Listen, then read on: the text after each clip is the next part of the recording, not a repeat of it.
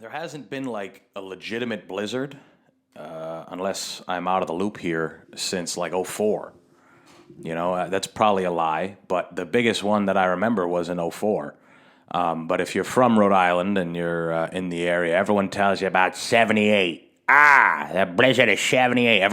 Every old timer here, everyone's parents has a story about it. Oh, well, my uncle, he got stuck on the highway for 12 days and he couldn't eat. He couldn't eat. He had to start taking apart the seat cushions in his car before he went into frostbite. He survived, though, and today he owns a very successful taxi business that Uber is actually putting out of business. But for a while, it was successful. But he learned the importance of transportation in 1978 during that crazy blizzard. You remember the blizzard of '70? No, I'm 24. Well, let me tell you about the blizzard of '78. You already told me about it. Well, let me tell you something else. '78, who gives a fuck? It's been ages, okay? It's done. It's done. It's like Neil Young. We're fucking done. We're finished. We're removing the blizzard of '78 from our minds. Supposedly it was terrible. But how much worse? I mean, I'm sure it was bad, but how much worse is it than some of the other storms? Like, how much worse is it than the blizzard of '04? You know? And why were they so underprepared is my question. Is it because it was the '70s and everyone was like, who gives a fuck, man? Smoke dope and whatever. I don't know. That's kind of what we do now.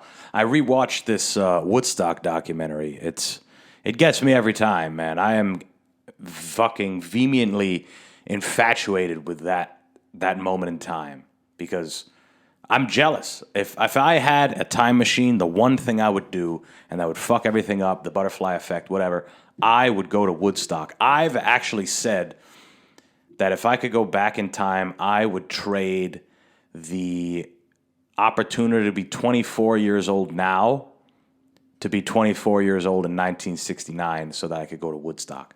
Because that is easily one of the greatest moments in human history, bar none, especially at least in American history. Bar none. 3 days.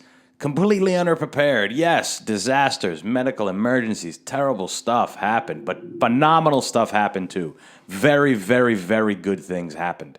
People just shared with each other and helped each other. People who took too much drugs, they were sent to tents where people would help them and say, hey, get through it. The acid's going to wear off. You're fine. And then once you got better, you helped the next guy. You had all these people who thought so much like yourself. 400,000 people in a big monstrous fucking field doing whatever they want. They had crafts in the woods. They built another stage. There was food shipped in.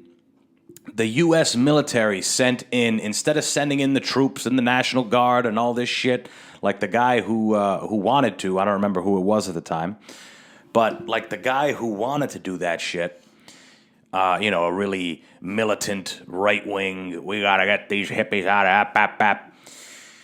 Don't listen to anything that they're saying.